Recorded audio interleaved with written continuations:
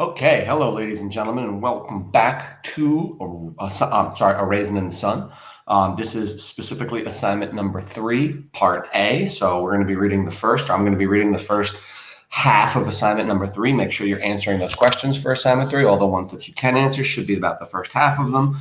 When we left off, let me take a look very quickly. When we left off, Benita was having a conversation with Mama and Ruth, and specifically they were talking about George Murchison. We found out that Benita has been dating this guy, but she doesn't very much like him. She thinks he's shallow. Specifically, she thinks he thinks too much about himself and also about his money. We found out that they are rich. She actually said, in fact, she says the Murchisons are honest to God, real rich people, and the only people in the world who are more snobbish than rich white people are rich colored people. So Benita doesn't like rich black people because she believes they act better than everybody else, specifically better than all the other black people. And she doesn't like that. Mama, on the other hand, thinks that George Murchison is good looking, and since he's rich, that would be a good person for Benita to marry because she'll be marrying into money. Benita also made the point that they would not, George's parents would not want George marrying Benita because she's poor. They wouldn't want George to bring a poor family into their rich family, and that's what she's saying, that they're more snobbish than even rich white people. Now, I don't know if that's true or not, but that's certainly the way Benita feels. Also, and this is interesting, this is where we left off, Ruth said, well, she'll get over this, and Benita said, this is the bottom of page 32. I'm sorry, on page 42. No, I'm sorry, on page 52. Hello, sorry about that. On the online version. And Benita says, get over it. What are you talking about, Ruth? Listen, I'm going to be a doctor. I'm not worried about who I'm going to marry yet, if I ever get married. And Mama and Ruth both say, if. Now, according to Mama, the best and the only way that you can really take care of each other is via the family unit, right? And Mama believes that Benny needs to get married in order to create that family unit. Now, Benny has a completely different idea about her future. She says she might want to get married. She's not sure. She has to find the right man, of course, but she's more concerned about getting her degree first, about becoming a doctor first before she ever even worries about getting married, which is also okay. She's very busy with this. How could you go through medical school and be completely very serious about somebody? Benita's saying, no, I'm going to focus more on my medical school. In fact, let's pick it up from there on the page 53 of the online version. Mama and Ruth say, if, and Mama says, no, Benny. And Benita says, oh, I probably will, but first I'm going to be a doctor. And George, for one, still thinks that's pretty funny. Now, think about that.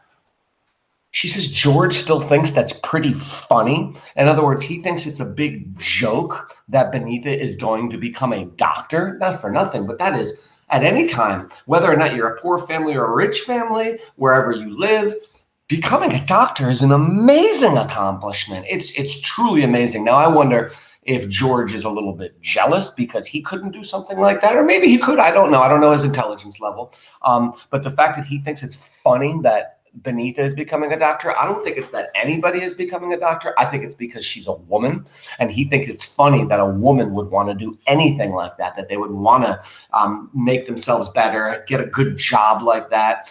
He probably believes that women should stay home and take care of their husbands. That old ridiculous trope that, women are there to support their men and to take care of them. That's just a bunch of crap. We all know that.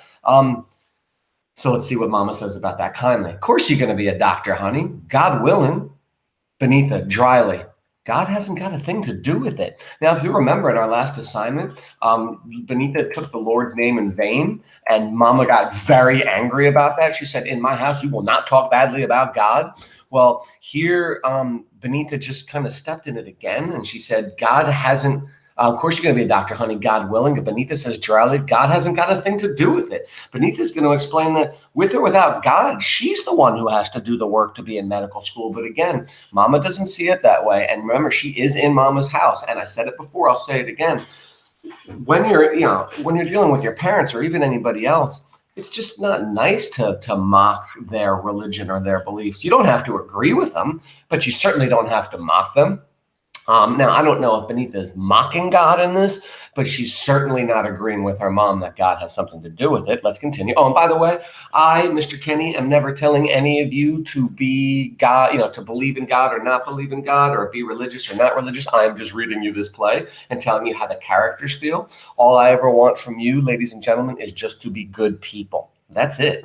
As far as you being religious or God-fearing, that's on you. That's not on me. All right, so let's continue.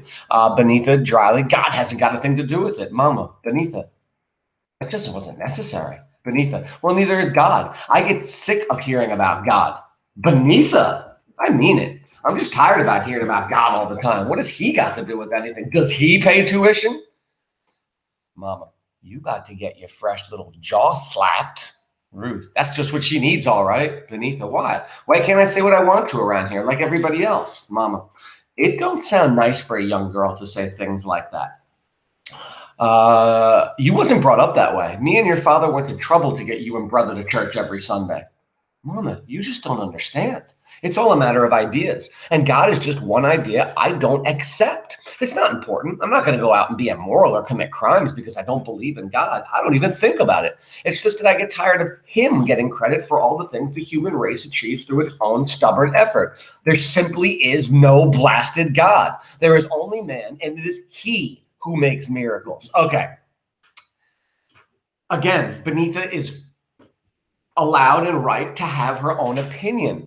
But to say it to Mama in that way was probably a bad idea. Remember, she still lives in Mama's home. Mama's paying for her school. Does that mean she has to believe what Mama believes? No. But it does mean she has to respect Mama's beliefs, at least in my opinion. And to say, to believe those things is one thing, that there is no God, that it's men who does everything. But to say it to Mama like that was probably a very bad idea. And watch what Mama does. Mama absorbs this speech, studies her daughter, rises slowly and crosses to Benita and slaps her powerfully across the face. After, there is only silence, and the daughter drops her eyes from her mother's face, and Mama is very tall before her. Mama, now you say after me, in my mother's house, there is still God.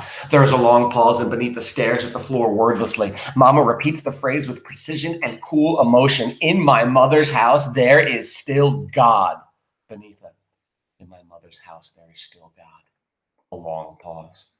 Mama, walking away from Benita, too disturbed for a triumphant posture, stopping and turning back to her daughter. There are some ideas we ain't gonna have in this house, not long as I'm head of this family. Benita, yes, ma'am. Mama walks out of the room, Ruth, almost gently, with profound understanding. You think you a woman, Benny, but you still a little girl. What you did was childish, so you got treated like a child. Benita, I see. Quietly. I also see that everybody thinks it's all right for Mama to be a tyrant, but all the tyranny in the world will never put a God in the heavens. Okay, it looks like Benita didn't learn, and I'm not saying learn about God. She should not have to change her opinion about that. If she believes there is no God, that is her right as a human, as an American. But to call Mama a tyrant is somebody who uses their power to abuse other people. Now, does Mama abuse her? Does Mama force her to live a certain way? I don't know. It's kind of hard to call her a tyrant. Just like we said, she makes her a nice home. She loves her. She's always thinking about her, worrying about her, and she is paying for her medical school.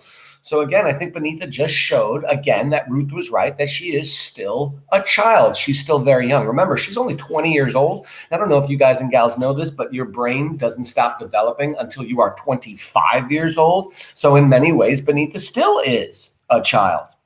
Let's continue. She picks up her books and goes out. Pause. Ruth goes to Mama's door. She said she was sorry. Mama coming out, going to her plant. They frightens me, Ruth, my children. Now, first of all, Ruth just lied to Mama. Benita did not say she was sorry. In fact, it was quite the opposite.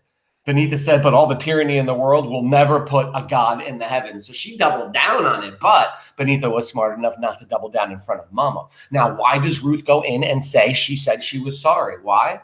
Because Ruth doesn't want there to be a problem in the family. She's trying to patch up the problems in the family. Remember, she already has a big enough problem with Walter right now. The whole idea of him losing his mind a little bit, going a little bit crazy because his dreams are being deferred. He has this cash coming in, remember, or he doesn't, the Mama does, and he's not getting it. He believes that the mother and the family is also deferring his dreams, just like society and the government is. So she's got her own problems with Walter. She doesn't want any more problems in the family, so she tries to fix it. She tries to smooth things over with Mama. Now, notice also, what does Mama come to and go to right away when she has a big problem with her family, with her daughter?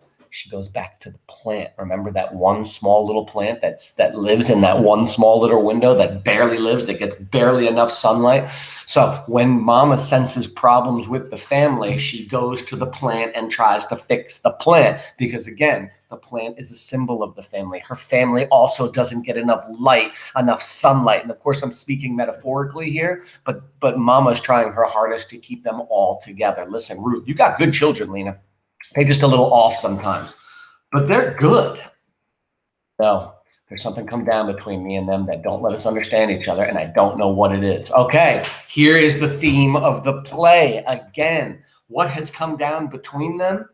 Their dream, well, specifically Walter's dream, is being deferred, and Mama still doesn't see it yet. She knows it, but she doesn't see how deeply it's disturbing and affecting him. Now, remember, Mama has her own dream. What was Mama's dream growing up? To own her own house, to have her own garden. And guess what? She is working towards achieving that dream. And by the way, that dream isn't just for Mama. She's going to share that house with the family, with Walter and Ruth and her daughter Benny and Travis, the grandson. In fact, when Mama passes away, that house will be given to Walter and Benita for them to stay there and live there. And what would hopefully happen is when they pass away, that house goes to Walter and Walter's soon-to-be little brother or sister, right? So Mama's doing this dream for the entire family, but it's not her dream. I'm sorry, it's not Walter's dream.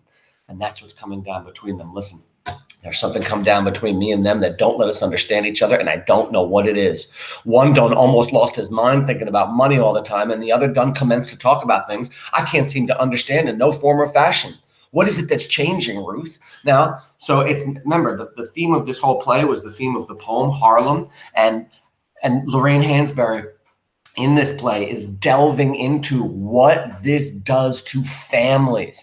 What does deferring the dreams of people, this awful racism and prejudice, how does it not only affect them particularly, individually, but also how does it affect the family dynamic? How does it weaken the family to the point where it might even dissolve? Listen, Ruth, soothingly, older than her years.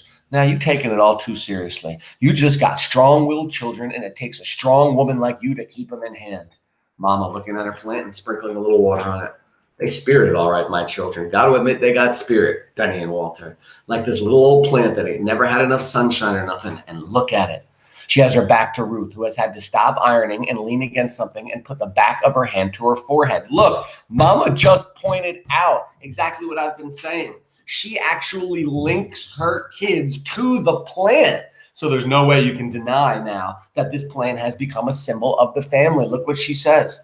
They spirited all right, my children. Got to admit, they got spirit. Like this little old plant that ain't never had enough sunshine or nothing. And look at it. In other words, this plant doesn't get enough sunshine and love. Well, it gets love, but it doesn't get enough of the life that it needs, right? Just like my family doesn't get what they need because of white America and the government, how they to defer their dreams and hold them back. But look, they still fight to survive, and that is a good thing. And where does that strength come from? It comes from Mama. But look at this. She has her back to Ruth, who has had to stop ironing and lean against something and put the back of her hand to her forehead. So she doesn't see it. But Ruth, I don't know if you can see me now. She's back of her hand to her forehead, and she looks like she's about to pass out or faint. Listen, Ruth, trying to keep Mama from noticing. You sure loves that little old thing, don't you? She doesn't want Mama to see that she is about to faint right here in the kitchen. By the way, is fainting good? No, it is. It's indicative of a serious problem. I don't know if anybody in this class has ever fainted. I have never fainted. I have felt close to it before, normally from like heat exhaustion or heat stroke, where I know if I keep going, I'm going to pass out. So I need to either rest, get in the shade, have something cool to drink or something cool to eat. I got to cool my temperature down, right? But I don't think this has to do with heat. Why does Ruth feel almost faint? Let's continue. And by the way, this has been happening since the beginning. They kept saying, you look tired, you look peaked. What's wrong, Ruth? Are you okay? Mama Well, I always wanted me a little garden like I used to see sometimes at the back of the houses down home. This plan is as close as I ever got to having one. So there goes Mama again, talking about her dreams, having her own house, having her own garden. She looks out at the window and she replaces the plant. Lord, ain't nothing as dreary as the view from this window on a dreary day, is there? Why ain't you singing this morning, Ruth? Sing that No Way's Tired. That song always lifts me up so. She turns at last to see that Ruth has slipped quietly to the floor in a state of semi-consciousness. Ruth, honey, what's the matter with you, Ruth? And that's the end of the curtain. That's the end of our scene. We're about to pick up on scene 2. Just think about that. Mama has turned around and seen her daughter-in-law pass out in the kitchen on the floor in the middle of the morning. I'm thinking right now, for at least the time being, Mom is not worried anymore about her kids. She's now worried about Ruth. Let's see what happens. Scene 2, is Ruth okay? It is the following morning, a Saturday morning, and house cleaning is in progress at the Youngers. Furniture has been shoved hither and yon, and Mama is giving the kitchen area walls a washing down. Okay, they're cleaning the house, which tells me that Ruth is okay. Like she's not in the hospital, she's not in a coma or something like that, because I don't think they would be at home cleaning right now if there was something seriously wrong with Ruth. Let's continue. Benita, in dungarees, which is just jeans, with a handkerchief tied around her face, is spraying insecticide into the cracks in the wall. So she's spraying like roach poison into the walls. As they work, the radio is on, and a Southside disc jockey program is inappropriately filling the house with a rather exotic saxophone blues. Travis, the sole idle one, is leaning on his arms, looking out of the window. So Mama and Benita are working. Travis is looking out of their one little tiny window. He's a little boy. He wants to go outside and probably play. He does not want to be inside cleaning on a Saturday morning. Travis, Grandmama, that stuff Benny is using smells awful. Can I go downstairs, please? Mama, did you get all them chores done already? I ain't seen you doing much. Just so you know, when he says Grandmama, he's talking about Mama, right? Or Lena. Remember, Mama's name is Lena. So sometimes Ruth calls her Lena, right?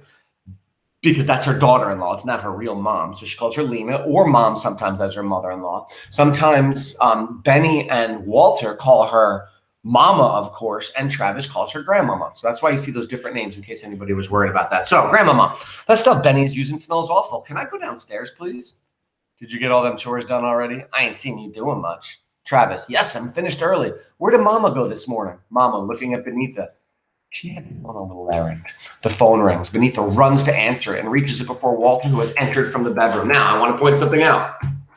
When Travis asks, where did my mama go? Mama looks at Benita and says she had to go on a little errand. Now, what errand do you think she went on? Yesterday, she just passed out. She's clearly sick. I'm thinking that Mama and Benita know, and they sent Ruth to the doctor. Okay, so the phone rings. Now, Benita runs to answer it and grabs it before Walter does, who has entered from the bedroom. So it sounds to me like they're both expecting a call, certainly probably from different people. So let's see. Travis, where? Mama, to tend to her business. Benita, hello?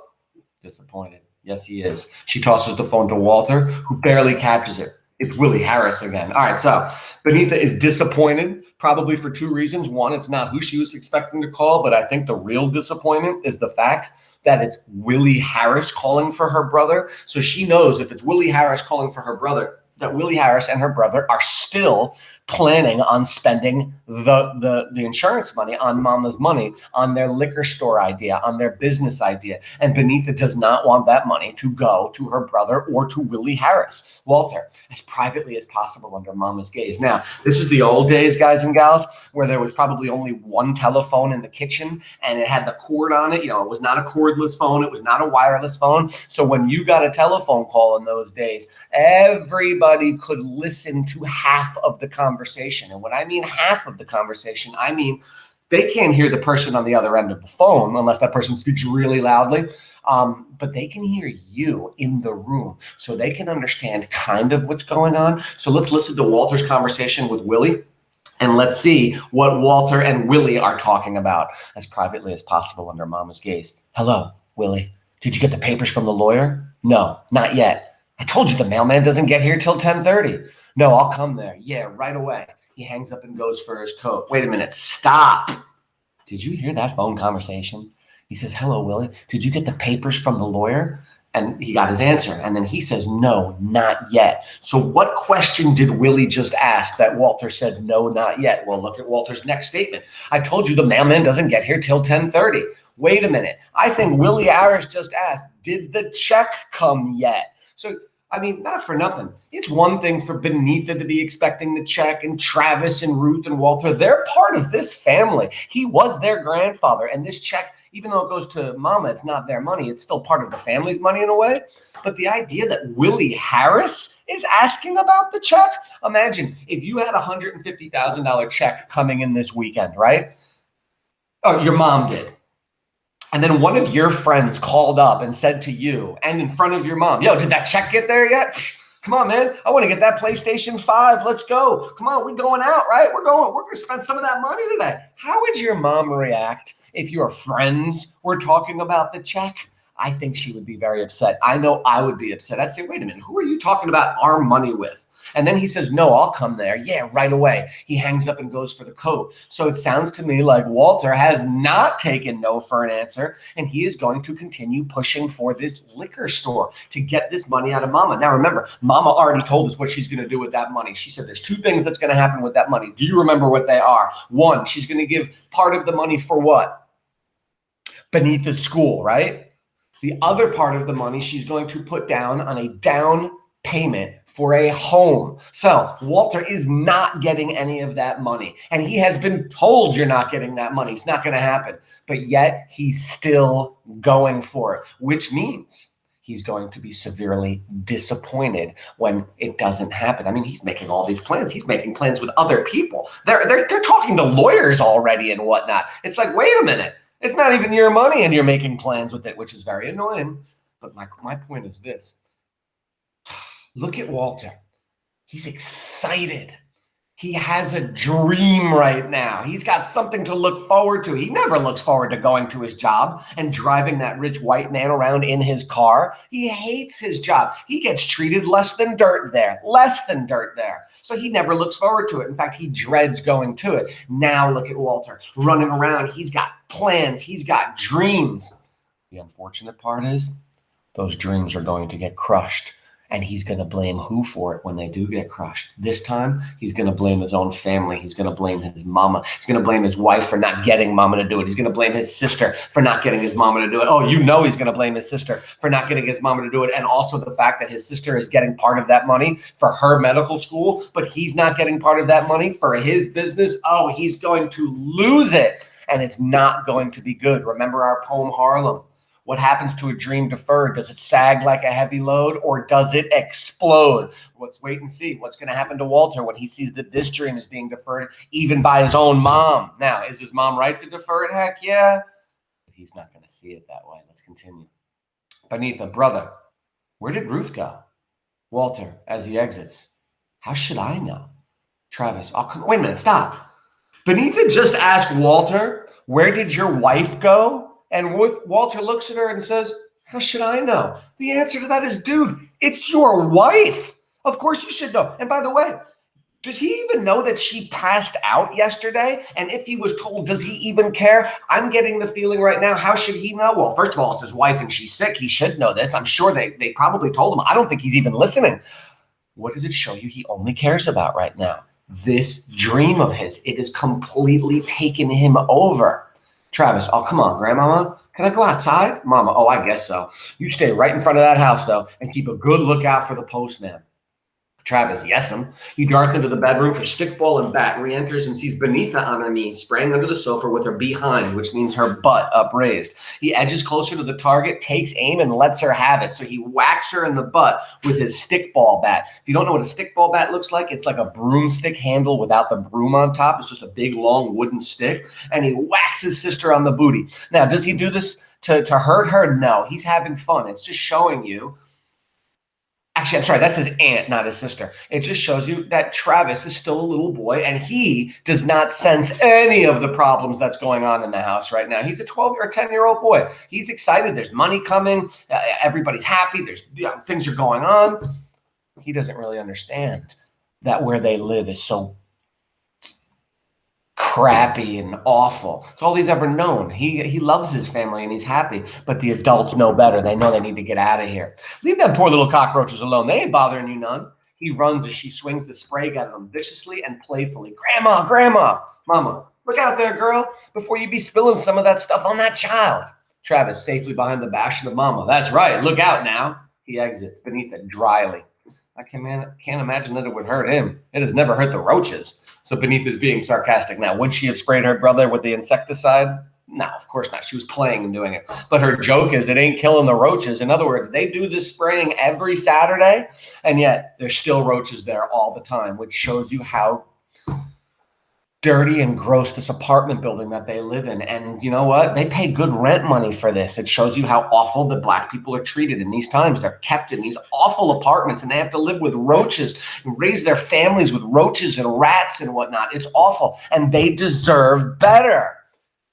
Mama's going to try to get them better by getting them this home. Listen, Mom, well, little boy's hides ain't as tough as Southside roaches. You better get over there behind the bureau. I seen one marching out of there like Napoleon yesterday. There's only really one way to get rid of them, Mama. How? Set fire to this building. Mama, where did Ruth go? Mama looking at her with meaning. To the doctor, I think. Beneath it. The doctor? What's the matter? They exchange glances. You don't think. Mama with her sense of drama. Now, I ain't saying what I think, but I ain't never been wrong about a woman neither. Okay, so it's a woman's thing that she went to the doctor because of a woman thing. And Benny looks at her and goes, you don't think. And Mama says, I ain't saying what I think, but I never been wrong about a woman neither. What is it that Benita and Mama think is going on with Ruth? I'm not going to say is wrong with Ruth because there's nothing wrong with Ruth, but what is affecting her? Why is she passing out? Why is she peaking? What woman thing are they dealing with? I think they think that Ruth is pregnant, which is huge news, right? This is great. Another person in the family, right? This is exciting. You want to have more people in the family. You want Travis to have a little brother and a little sister. Remember, Mama's all about the family. The bigger the family, the better. But we do have a problem. If she is pregnant, there is one small problem. What is it? Where they live. Remember, Travis right now is living on the couch in the living room. Mama and Benita share the only bedroom. They sleep together. In a room that's not a room, you have Walter and Ruth. They don't even have privacy, right? They have a curtain that blocks them from the rest of the apartment, which isn't even that big, right? Where are they going to put a baby? And by the way, in a small apartment, do babies bother people? And I don't mean like negatively bother you, but can they affect you having a baby in your house? Absolutely. They cry. They're loud. It's hard to sleep with a crying baby in the middle of the night. So that would affect everybody. Now, again, this is a great thing. This is exciting and awesome, but it also affects the family. And right now, this family is already having enough problems with money and Walter with his dreams and whatnot. And by the way, does Walter even know that his wife is pregnant? Does Walter even know that his wife is having a hard time with the pregnancy? The answer is no. He's too busy with his dreams of the liquor store. Listen, the phone rings. Now Benita gets it. This is the call she's been expecting. At the phone, hello. Pause in a moment of recognition. Well, when did you get back? And how was it? Of course, I've missed you in my way. This morning? No. House cleaning and all that. And Mama hates it if I let people come over here when the house is like this. You have? Well, that's different. What is it? Oh, what the hell? Come on over. Right. See you then. Arrivederci. All right. So Benita just got a phone call and somebody asked if they could come over to her house right now. Now, is now a good time to come over to their house? No. You got Ruth at the doctor's, right? Coming back with her news. You got Mama and Benny cleaning. Now, look, everything's cleaning up. They're spraying roach stuff. They're vacuuming the whole thing. Walter's going through his thing right now with the check and the money. You got the mailman coming. You got Travis outside waiting for the mailman. Probably not a good time. And she even said, Mama wouldn't like it if I let somebody come over right now. But then she says, you have? Well, that's different. What is it? Sounds to me like whoever was on the phone said, but I have a present for you. And she's like, you can't come over here. And then he was like, but I have something for you. And she was like, oh, really? Well, then come on over. What is it? So she wants whatever this person is offering is going to give her. So let's see what it is right then. See you then. Arrivederci. She hangs up. Mama, who has listened vigorously, as is her habit. In other words, Mama always listens to people's phone calls. And by the way, growing up in a home where there was only one phone for a while, that's exactly what everybody did. Everybody listened to everybody's phone calls. Why? Because that's what we did. It was fun. It was interesting. You want to know what was going on with your family, especially if you're a mama. You're listening to your daughter. And she said, who's that you inviting over here with this house looking like this? You ain't got the pride you was born with. Benita, Assegai doesn't care how houses look, Mama. He's an intellectual. Who? Assegai. Joseph Assegai. He's an African boy I met on campus. He's been studying in Canada all summer. What's his name? Assegai. Joseph Assegai. He's from Nigeria. Oh, that's that little country that was founded by slaves way back. No, Mama, that's Liberia. Mama, I don't think I ever met no African before. Benita, well, do me a favor and don't ask him a whole lot of ignorant questions about Africans. I mean, do they wear clothes and all that? So Benita's a little nervous that Mom is going to embarrass her with her African friend from school. So she's telling her, don't ask any silly questions or whatnot. And Mama says, well, now I guess if you think we're so ignorant around here, maybe you shouldn't bring your friends here. Now, that is an interesting point by Mama. If you're embarrassed about me, then why are you bringing him over here? And the answer was, because he has something for Benita. Apparently, Benita likes stuff. Remember, that's why she's dating George Murchison. She doesn't like him, doesn't want to marry him, but he can give her things. He has money, so he can take her to nice places and restaurants. I wonder, is that why she's seeing this guy, Assegai? Let's find out. Benita, it's just that people ask such crazy things. All anyone seems to know about when it comes to Africa is Tarzan, Mama indignantly. Why should I know anything about Africa? Benita, well, why do you give money at church for the missionary work? Well, that's to help save people. Benita, you mean save them from heathenism. Now, heathenism, ladies and gentlemen, is like, if you're a heathen, it means like you don't live in a society, you live in like outside, like maybe in a hut or like, in some tree, in like in the woods or something like that. So Benita is saying every week in church, you give a little bit of money so that we can help people in Africa and save them from that. Mama says innocently, yes. And Benita says, I'm afraid they need more salvation from the British and the French. And now Benita is making a political statement and saying they don't need our help to not be heathens. They need our help to save them from, colonization of the British and the French. Don't worry about that. She's going a little above and beyond. Let's continue. Ruth comes in forlornly and pulls off her coat with dejection. They both turn to look at her. Okay, if someone is forlorn, it means they're sad. And if someone is dejected, it means they have really bad news. They're really upset. So again, Ruth comes in forlornly and pulls off her coat with dejection. They both turn and look at her. So Ruth has bad news. What bad news does Ruth have? Ruth, disappearedly. Well, I guess from all the happy faces, everybody knows. You pregnant? Mama, Lord have mercy. I sure hope it's a little old girl. Travis ought to have a sister. So look at this. Ruth is dejected at being pregnant. Why? Why wouldn't she want to bring another baby into her family? Well, let's think about what's going on right now with her and her family. She knows that her husband is losing his mind because his dreams are being deferred and he's not getting what he wants. I think Ruth is worried that if she brings another baby into this family, this might crush Walter. Look at Mama's reaction, though. God bless Mama. She says, Lord have mercy. I sure hope it's a little old girl. Travis ought to have a sister. Mama's not thinking about anything negative. This is only great news to Mama. This is another granddaughter or grandson. This is another member of the family. And remember, for Mama, it's all about family. That's all she cares about is family. Benita and Ruth give her a hopeless look for this grandmotherly enthusiasm. Benita, how far along were you? Ruth, 2 months. Did you mean to? I mean, did you plan it or was it an accident? Now, first of all, ladies and gentlemen, you don't ask somebody whether they meant to be pregnant or was it an accident or not. That is not their business at all. Although Benita believes that it is kind of her business because Benita is going to be genuinely affected by this baby because, again, she lives in this apartment. But again, she lives in this apartment because Mama is nice enough to put her up, just like Mama is nice enough to put up Walter and Ruth. So Benita says, did you mean to? I mean, did you plan it or was it an accident?